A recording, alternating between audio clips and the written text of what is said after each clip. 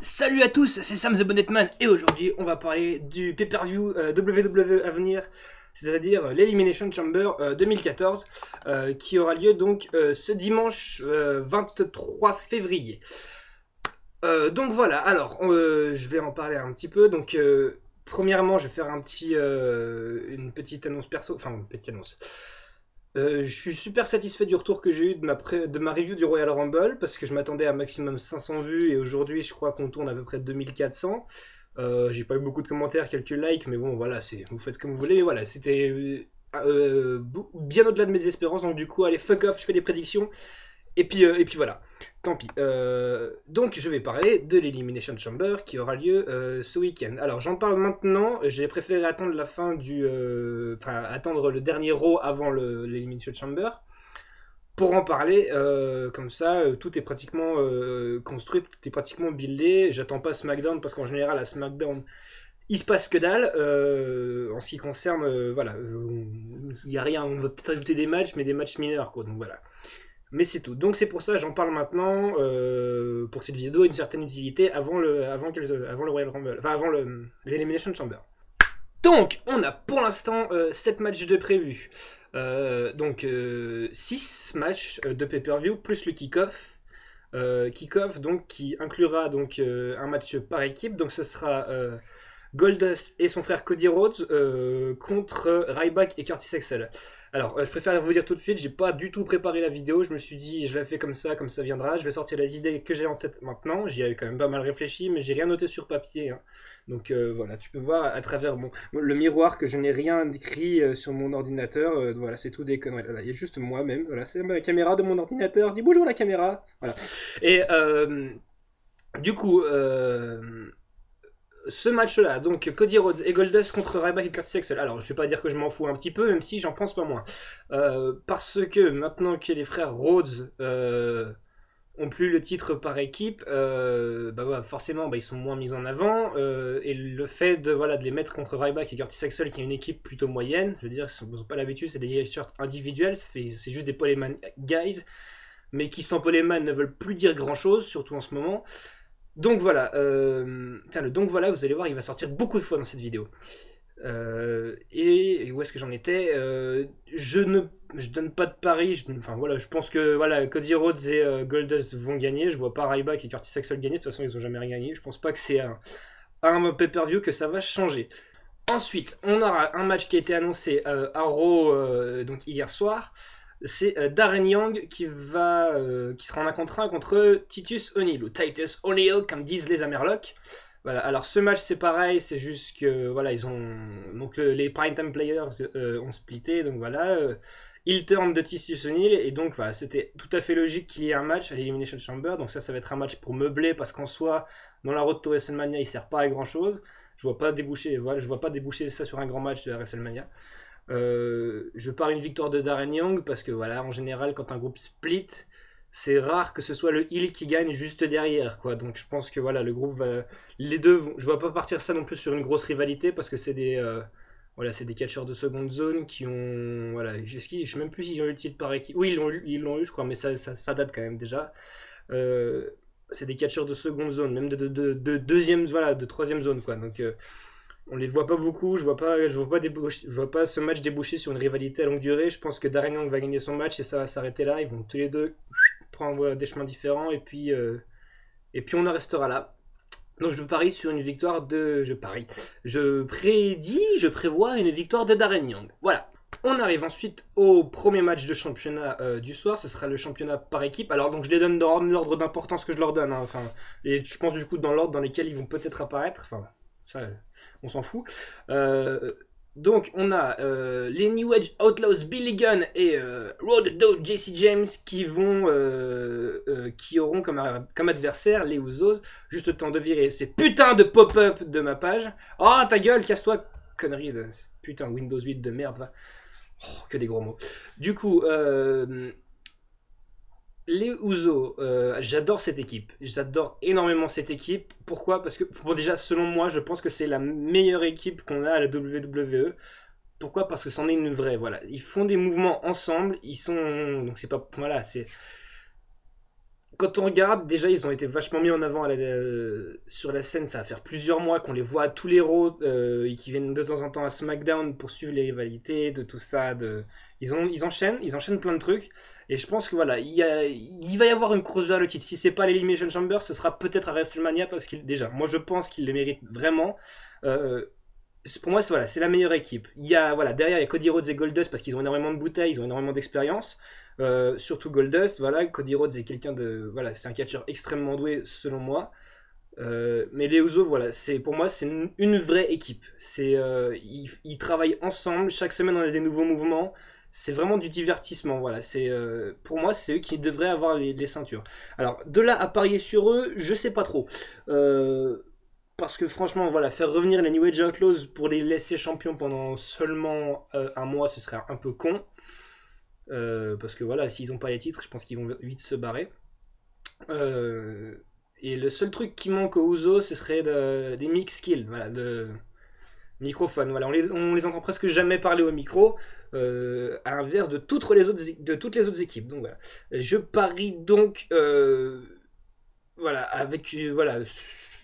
À un niveau, on en est, voilà, je pense que là, on a les New Age Outlaws, de probabilité de chance de gagner, et les New Age Outlaws sont là, et là, il y a les Usos. Parce que voilà, je pense que les Usos vont gagner le titre à un moment donné, c'est sûr. Si c'est pas l'Elimination Chamber, ce sera certainement à WrestleMania, peut-être plus tard à Extreme Rules, mais ils vont les gagner et parce qu'ils les méritent beaucoup trop.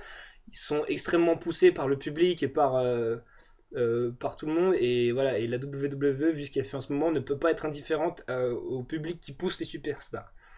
Donc, malgré tout, voilà, victoire de New Age Outlaws en ce qui me concerne. Match suivant, on a Biggie, pas Biggie Langston parce qu'il a changé de nom, maintenant c'est Big E tout court. Va savoir pourquoi, qu'est-ce qu'on s'en branle.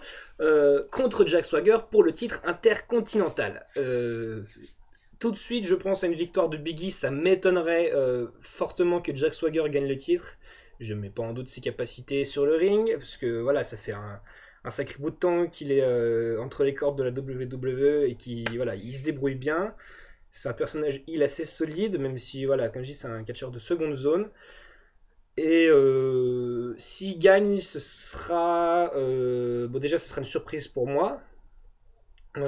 Parce que, voilà, je pense que Biggie Langston fait un très bon champion intercontinental. Et malgré les performances de Jack Swagger, je le vois pas battre Biggie Langston. Franchement, je ne vois pas ça. Ou alors, à la limite, si ça arrive, il y aura un rematch à WrestleMania, quelque chose comme ça. Mais franchement, selon moi, j'aurais du mal à voir Jack Swagger gagner contre Biggie Langston. Pardon pour l'euro. Voilà, celui-là. Donc, pour moi, victoire de Biggie Langston à 90% sûr. Donc voilà. On en arrive au côté intéressant. Il reste donc 3 matchs. Et avant les gros matchs, on a donc Batista en 1 contre 1 contre Alberto Del Rio. Cette rivalité, enfin, il la consomme. Pour moi, il aurait dû le faire au Royal Rumble. Ils ont un peu tardé là-dessus. Mais bon, voilà, on a droit au match et tout. On n'a pas eu de réelle promo. D'ailleurs, de manière générale, hein, depuis. Alors, c'est peut-être ça, vous allez certainement m'en vouloir, mais moi, quand je regarde les shows Raw et SmackDown, je prends pas le temps de les regarder en entier, en replay sur YouTube, sur tout ce qu'on peut les trouver. C'est-à-dire que vous avez le site français de la WWE qui vous montre voilà, la fin du match et les éventuels promos, le backstage, et c'est tout. Moi, je vois pas. Voilà, si ça se trouve, il y a peut-être des promos que je rate. Mais si c'est pas le cas, ça veut dire qu'il y en a vraiment pas beaucoup et ça c'est quelque chose qui est assez dommage. Il y a beaucoup moins de gens qui parlent alors que voilà, enfin, à part voilà, il y en a très peu. On voit très peu de gens parler au micro pour faire la promo de leur match. Et c'est malheureusement le cas de Batista et d'Alberto Del Rio. Enfin, Alberto Del Rio a quand même bien fait le travail. On a eu un petit segment backstage là à Raw, enfin voilà, un peu inutile quoi. Les provocations d'Alberto Del Rio envers Batista. Donc je vais en revenir sur le match. Victoire de Batista, ça c'est ce que je pense. Et ça me paraît un peu logique parce que voilà, je vois pas Batista avoir son match de titre pour son match de titre, son main event à WrestleMania pour perdre au pay-per-view juste avant. Ce serait sacrément con, ça foutrait déjà un coup de mou au personnage après le coup dur qu'il a reçu au Royal Rumble. Ceux qui ont vu le show jusqu'à la fin comprendront certainement ce que je veux dire. Donc je parie, voilà. peut-être, voilà, le match peut donner quelque chose de sympa parce que bon, Batista est quand même pas mauvais sur le ring et Del Rio est très bon. Ça, c'est ce que je pense. On verra bien ce que ça donne. Mais je parie quand même une victoire de Batista. Mais on va peut-être avoir un bon combat qui va durer assez longtemps parce que ce serait quand même dommage de casser une rivalité parce que la rivalité va être finie après ça, hein, c'est obligé. Hein. Je vois pas Del Rio continuer son truc jusqu'à WrestleMania 30. J'espère qu'on aura un bon match. Ça peut donner un bon match et je l'espère parce que déjà c'est pour ça que je regarde la WWE, c'est pour voir des bons matchs. Putain de pop-up de merde. Si un jour je tombe sur le connard qui a inventé les pop-up, je vous préviens, je l'encule avec une défense d'éléphant. On en arrive au match qui me paraît, selon moi, le plus intéressant de cette Elimination Chamber. C'est la Wyatt Family contre The Shield. Et pourquoi c'est mon match préféré? Parce que j'adore la Wyatt Family, on dirait moi sous acide. Et The Shield parce que j'adore The Shield. J'aime bien. Entre autres Roman Reigns qui est en train d'exploser dans l'équipe. Alors, je suis en train en ce moment de me former un petit peu dans ma tête les matchs qu'on va avoir à WrestleMania 30. Et je vois bien un Dean Ambrose contre Roman Reigns à WrestleMania 30 avec Seth Rollins en arbitre spécial. Allez, qu'est-ce qu'on s'en fout? On fait les prédictions qu'on veut. De toute façon, on s'en fout. Voilà. C'était une phrase magnifiquement bien construite. Hein, je vais vous la réécrire en dessous. Voilà. Donc, je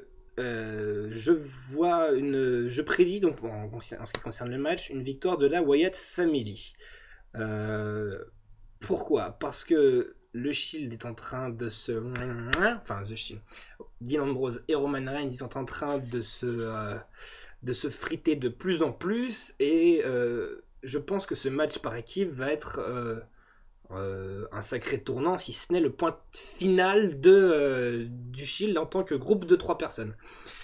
C'est très mal formulé comme phrase aussi, j'ai un vocabulaire exceptionnel.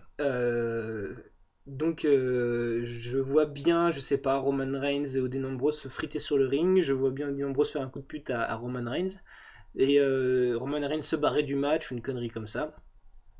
Et de toute manière, le Shield va splitter avant ou à WrestleMania, c'est sûr. S'il split pas, je me coupe les cheveux. Ouais, voilà, lancer de pari. Et je vous préviens, je le ferai. Hein. Si le Shield split pas avant ou à WrestleMania, je me coupe les cheveux. Donc voilà. Parce qu'ils sont longs, hein, mes cheveux. Hein. Tu veux voir? Ils sont... J'ai une putain de tignasse. Hein. Voilà. Je ressemble à rien. Je ressemble à un clébard. Là. Bref. Je prédis donc une victoire de la Wyatt Family et un splittage du Shield. Je l'avais aussi un peu prédit au Royal Rumble, je me suis planté, mais là ça devient de plus en plus évident. Puis voilà, je crois que j'ai fait le tour de l'explication. Et la Wyatt Family, je ne vois pas de rivalité continuer d'ailleurs après ce match-là, même si c'est vrai que si vous voulez les revoir, les 2 derniers Raw où le Shield s'est retrouvé en face de la Wyatt Family, c'était assez excitant, c'était assez drôle. Ils grimpaient sur le ring l'un après l'autre et ils ont fini par se foutre sur la gueule d'ailleurs hier soir. Mais c'était super bien fait, c'était super bien orchestré, j'ai trouvé ça super excitant. Il s'est rien passé, mais c'est ces moments-là où il n'y a rien qui se passe, il n'y a aucun mot qui est prononcé, et tout est dans la tension et c'est super. Le public était en plus réagissait de remarquable manière, et donc voilà. Je parie donc, pour conclure, et pour le répéter pour la 72e fois, une victoire de la Wyatt Family sur The Shield avec un splittage.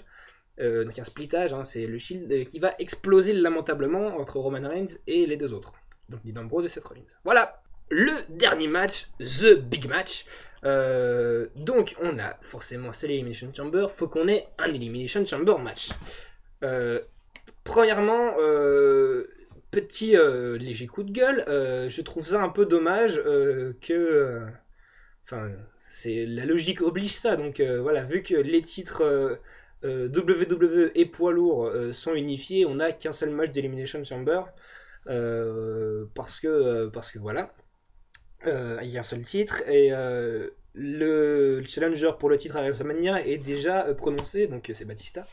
Et donc du coup on en a qu'un seul, alors que ça fait depuis que le show existe qu'on en a toujours eu 2, donc un pour un titre et un pour le challenger qui sera à WrestleMania.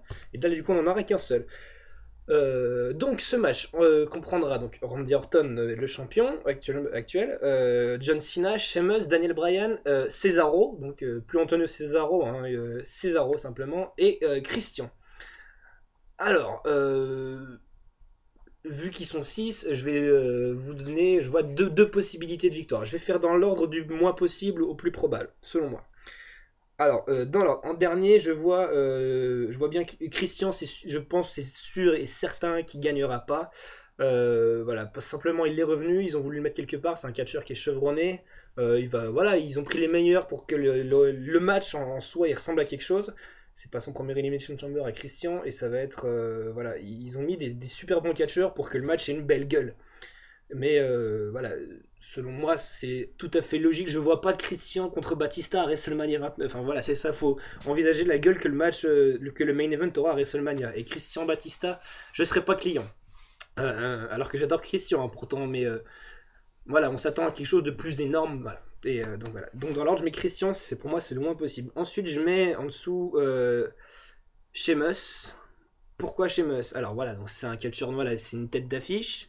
Ça fait, je sais plus, ça va faire 5 ans qu'il est là. Il commence à avoir une sacrée expérience. Il a enchaîné les titres. Mais là, c'est juste encore un push pour son retour du Royal Rumble. On veut le mettre en avant. Et donc, je crois que dès le premier Raw après le Royal Rumble, il était annoncé comme participant. De toute façon, je crois qu'ils étaient tous annoncés plus ou moins. Ils ont eu juste 2 ou 3 matchs pour se qualifier. Mais donc, on a eu Sheamus annoncé aussi. Pour moi, donc c'est sûr qu'il gagnera pas. Je ne vois pas Sheamus gagner. Il va avoir son moment à WrestleMania, c'est sûr, parce que c'est Sheamus. Mais il va pas gagner parce que pour moi c'est juste un push. On cherche juste à le remettre encore en avant pour son retour, voilà, pour dire il est de retour, il est là, ne l'oubliez pas, il va faire un impact et tout, voilà, simplement. Ensuite, en dessous, je mets Cesaro, Antonio Cesaro. Alors, j'adore ce catcheur. Il a des qualités dans le ring qui sont folles, qui sont incroyables. Tu peux le voir contre des catcheurs vraiment des fédérations indépendantes qui sont vraiment des fédérations indie. J'ai vu par exemple, il y a eu, je crois que c'était il y a 1 an et des broutilles, il a eu un match à Main Event contre Sin Cara qui était propre, parfait. Là, pareil, il a eu un match contre John Cena Arrow qui était super excitant. J'adore ce mec-là, il a une force incroyable et il aura son heure de gloire. Il va finir par grimper, il va finir par conquérir les titres et tout. J'espère qu'il va rester à la WWE, ce serait vraiment con de le perdre. D'ailleurs, en parlant de perdre de superstar, je vais revenir sur quelque chose plus tard, avant la fin de la vidéo. Donc voilà, Cesaro par contre il gagnera pas, c'est sûr, parce qu'il est avec les All-Americans. Il est avec Zeb Colter et Jack Swagger. Il va s'en séparer à un moment donné. Il est en train de devenir bien poussé par le public, Antonio Cesaro. Il va faire son face turn et il va se débarrasser de Zeb Colter et de Jack Swagger. Ça, j'en suis pratiquement sûr. Et donc voilà, tiens, je me mets ma barbe à couper si ça passe pas. Je vais finir chauve carrément, c'est une horreur. Hein. J'espère que la WWE entend moi et fait mes prédictions. Je veux pas couper mes cheveux ni ma barbe, s'il te plaît. Bref, j'ai dit n'importe quoi. Je ne vois pas Cesaro gagner, par contre. Mais il va avoir un bon match. C'est son premier Elimination Chamber et voilà. J'ai hâte de voir ce qu'il va donner dedans. Je mets en troisième Daniel Bryan. Pourquoi Daniel Bryan? Parce que il a commencé il y a de ça quelques semaines, 2 semaines je crois, une rivalité avec Kane qu'il a traîné d'ailleurs jusqu'à lundi là. Et c'est putain mon téléphone. Pourquoi on m'envoie des messages pendant que je fais une vidéo? Et je ne vois pas Daniel Bryan gagner, même si Daniel Bryan Batista ce serait super cool. Euh, Parce que je vois bien la rivalité avec Kane continuer jusqu'à WrestleMania et débouler sur un match. Tout simplement, et on va s'arrêter là. C'est dommage, hein, je pense que Daniel Bryan mérite un meilleur adversaire voilà, que Kane à WrestleMania, mais au moins il y sera. Je mets en deuxième John Cena. Donc pourquoi? Parce que déjà l'affiche John Cena Batista à WrestleMania 30, ça a une sacrée gueule, une sacrée gueule. Ce serait tout à fait Vince McMahon de faire ce genre d'affiche là. Ce serait tout à fait son genre. D'autant plus qu'en ce moment, voilà, John Cena, bon, il accumule des victoires. Je sais pas à quand remonte la dernière fois qu'il a perdu à Raw. Mais voilà, il est toujours poussé, il a toujours ses matchs de titre. Et voilà, je vois pas pourquoi ça changerait. Et je sais pas ce que. Il aura forcément son moment à WrestleMania, il aura forcément son match. Mais je sais pas du tout sur quoi ça peut déboucher. Si c'est pas ça, parce que ce sera forcément quelque chose de gros parce que c'est John Cena et c'est comme ça qu'il est considéré à la WWE. C'est une tête d'affiche, c'est le visage de la WWE depuis un certain nombre d'années et ce jusqu'à sa retraite, je pense. malgré Daniel Bryan et tout ça. Donc ça c'est mon avis. Je mets John Cena en deuxième. Et en premier, moi je mets une victoire de Randy Orton. Et parce que je vois bien la fiche Randy Orton Batista se faire. Ça peut être un match assez cool, surtout que Batista est face. Il va avoir, je pense, besoin de ce pay-per-view et des prochains matchs à Raw pour confirmer son statut de face avec des promos, des matchs et tout ça. Et Randy Orton pour bien solidifier son statut de heel. Et après, on verra ce que ça donne à WrestleMania. Mais pour moi, ça me semble tout à fait logique. Pour moi, c'est la chose la plus logique. D'autant plus qu'on ne sait pas qui va commencer. Je vois bien Randy Orton rentrer en dernier ou en cinquième et gruger la place à tout le monde et puis finir par gagner. De manière générale, j'attends beaucoup de ce pay-per-view et je pense que si tu es fan de catch, toi aussi, car tu as certainement été déçu du Royal Rumble. Et donc il y a beaucoup de fans qui l'ont dit, il y a beaucoup de monde qui l'a dit de toute façon. Et pour redorer l'image de la WWE, il va falloir que cette Elimination Chamber cartonne à donf, qu'on ait des matchs de tarés, que ça parte dans tous les sens, parce qu'il faut que le produit WWE commence enfin, ait une meilleure gueule, quoi, tout simplement. Parce que le Royal Rumble nous a laissé un goût sacrément amer. Et moi, c'est ce que j'attends. Alors, entre autres, j'attends beaucoup du match de l'Elimination Chamber, parce que voilà, c'est the match of the pay-per-view. Les participants m'intéressent tous, j'aime beaucoup tous les gens qui sont dans le ring. Et la Wyatt Family contre le Shield, de toute manière, c'est les deux gros matchs qu'on attend tous. Voilà, moi c'est pareil. Et on verra bien ce que ça donne, j'ai hâte. Et en ce qui me concerne, je ferai peut-être la review, alors je la ferai peut-être pas directement parce que comme ça finit à 5h du matin en général je fatigue et moi je travaille. Et mon travail me prend déjà beaucoup de temps donc je tourne les vidéos souvent le soir ou alors le samedi après, mais là je voulais pas attendre le samedi après pour tourner celle-ci. Donc je la ferai certainement, la review, je la ferai avec un ami, certainement, parce que voilà, c'est sympa de regarder la WWE en bouffant des tortillas et en buvant des bières, mais avec un ami c'est encore mieux. Donc je la ferai peut-être avec lui le lendemain ou alors le soir même. On verra bien selon ce qu'on pense, selon ce qu'on a pensé du show, si voilà. Et vous aurez donc forcément les premiers informés, je ferai le montage vite et je enverrai la vidéo. Déjà merci beaucoup pour tous ceux qui l'ont regardé, ça me fait super plaisir même si je m'y attendais pas, mais c'est cool. Ceux qui ont liké, ceux qui ont laissé un commentaire, je vous fais un bisou, moustachu avec la barbe et tout. Faire gaffe par contre parce que je crois que j'ai des poux là-dedans, c'est n'importe quoi. Pour terminer rapidement, cette affiche elle est cool quand même, on a pas mal de monde, je pense que tous les catcheurs qui sont dans le vent aujourd'hui sont là. On a 7 matchs en tout, alors c'est peu pour un pay-per-view. On va peut-être en avoir un, peut-être deux en plus qui vont arriver à SmackDown, mais ce sera des matchs mineurs de toute manière. Peut-être pourquoi pas un match pour le titre des Divas, et si c'est le cas, de toute manière, je vous le prie d'avance, c'est AJ qui va gagner. J'espère que ça va donner quelque chose. D'ailleurs, ce titre d'Iva, ce serait pas mal.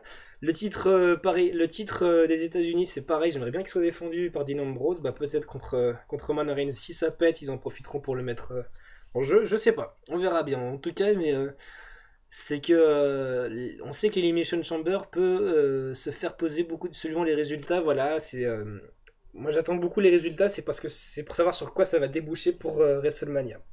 WrestleMania 30 que je regarderai aussi en live, que je ferai une prédiction et que je ferai, c'est obligé, je ferai une review en tout cas si j'ai toujours autant de retours et on verra pour la suite. En ce qui concerne, je vais le faire très rapidement une petite annonce pour ceux qui suivent la WWE, enfin qui la suivent bien. Oui, CM Punk a quitté la WWE et je trouve ça dommage, mais bon, après en même temps il fait ce qu'il veut.